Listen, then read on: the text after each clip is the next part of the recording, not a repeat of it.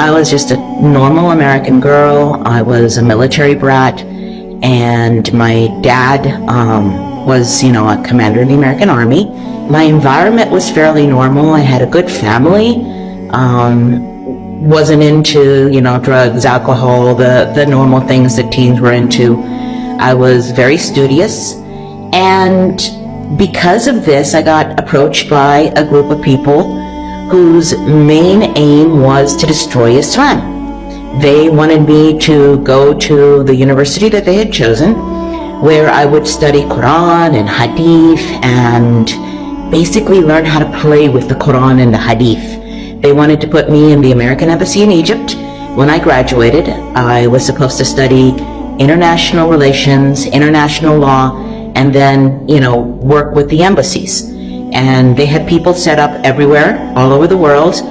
They wanted me to work with women's rights and basically take women away from Islam, try to destroy the Muslim families through the women. And this appealed to me. I thought the Muslim woman was oppressed. I thought the Muslim woman had no rights, poor little desert woman covered from head to toe, living in a tent in the desert. Her husband comes home to his, 1,000 wives and beats them all up. I really had a bad image about Islam.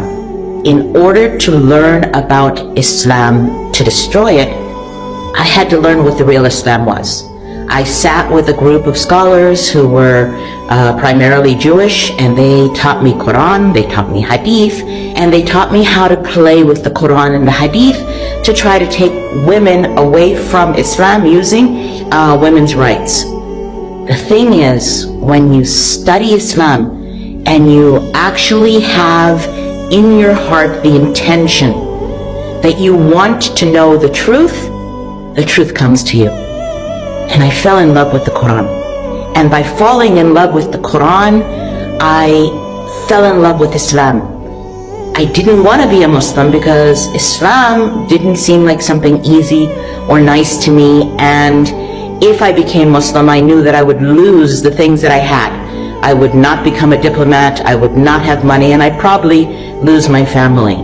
So what I did was I studied Christianity, I studied Buddhism, I studied all the different religions, and I still found that Islam was the truth. And alhamdulillah, because of this, Allah subhanahu wa ta'ala, after 3 years of intensive studying, led me to Islam. And alhamdulillah, today I'm a Muslim as a result, and I am very grateful to Allah for this. I'd have to say my story is a story of plans. I planned, people that I was with planned, and Allah subhanahu wa ta'ala planned. After I became a Muslim, alhamdulillah, the people at the mosque, they came to my assistance. They were helping me with books, with information about Islam. They were giving me classes. There were families that basically almost adopted me. There was this one Moroccan sister, mashallah, Zahra. She was a sweetheart. She became like a sister to me. There was an Egyptian family. They took me in and they worked with me, and everybody tried to help me to learn my deen, to learn Islam.